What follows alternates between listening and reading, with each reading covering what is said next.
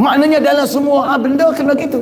Salah satu contoh Isra yang berlaku kepada Nabi, di mana Allah Ta'ala ambil Nabi, bawa keluar dari alam dunia ni, merentasi alam malakut, dengan tak payah pakai jet, tak payah pakai baju angkasa lepas, tak payah apa, dengan kenderaan yang laju melebihi segala kelajuan.